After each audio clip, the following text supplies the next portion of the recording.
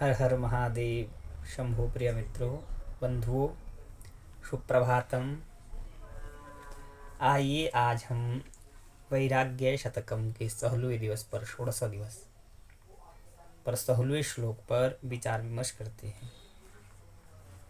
इस श्लोक में जो विषय वस्तु है वो मुख्य हेतु भर्तृहरि जी का ये है कि हमें भोग को समय अनुसार छोड़ देना चाहिए।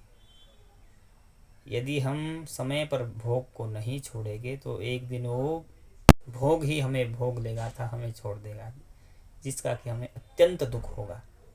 इसलिए समय रहते रहते हमें सभी विषय वस्तुओं को, जो भोग वस्तुएं हैं, उनको छोड़कर अपने जीवन को स्वतंत्र रूप से और शास्त्रोक्त विधि से व्यतीत करना चाहिए। आइए प्रारंभ करते हैं।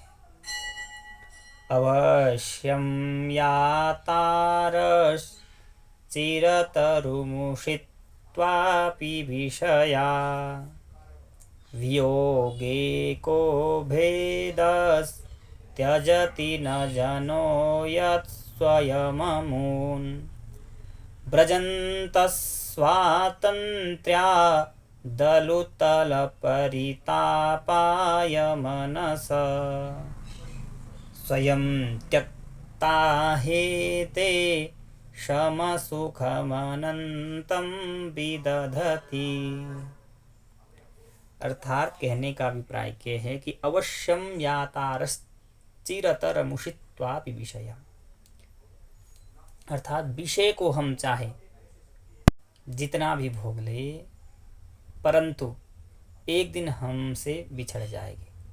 अर्थात हम विषय को कितना ही भोग ले, जो भी विषय हो, विषयों को, कोई भी विषय हो, कोई भी विषय वस्तु हो, उसको हम कितना ही भोग ले, लेकिन एक दिन वो हमको छोड़कर चला जाएगा, वो विषय वस्तु छोड़कर चला जाएगा या हमें ही भोग देगा। इसलिए व्यक्ति को खुद उन्हें छोड़ देना चाहिए, अर्थात भोगों का त्याग कर लेना चाहिए। यदि भोग मनुष्य को छोड़ देंगे तो उन्हें बहुत कष्ट होगा, और हम समय पर अगर उन भोगों को नहीं छोड़ सके और वो हमें छोड़ दे तो हमें कष्ट होगा। इससे पहले कि विषय वस्तु व्यक्ति को त्यागे या भोग व्यक्ति को त्यागे, खुद ही हमें उस वस्तु का त्याग कर लेना चाहिए, जिससे कि सुख की अनुभूति होगी। अर्थात स्पष्ट रूप से समझे तो भर्तृहरि जी ये कहना चाहते हैं कि सांसारिक भोग को अवश्य ही मनुष्य को एक ना एक दिन छोड़ना पड़ेगा।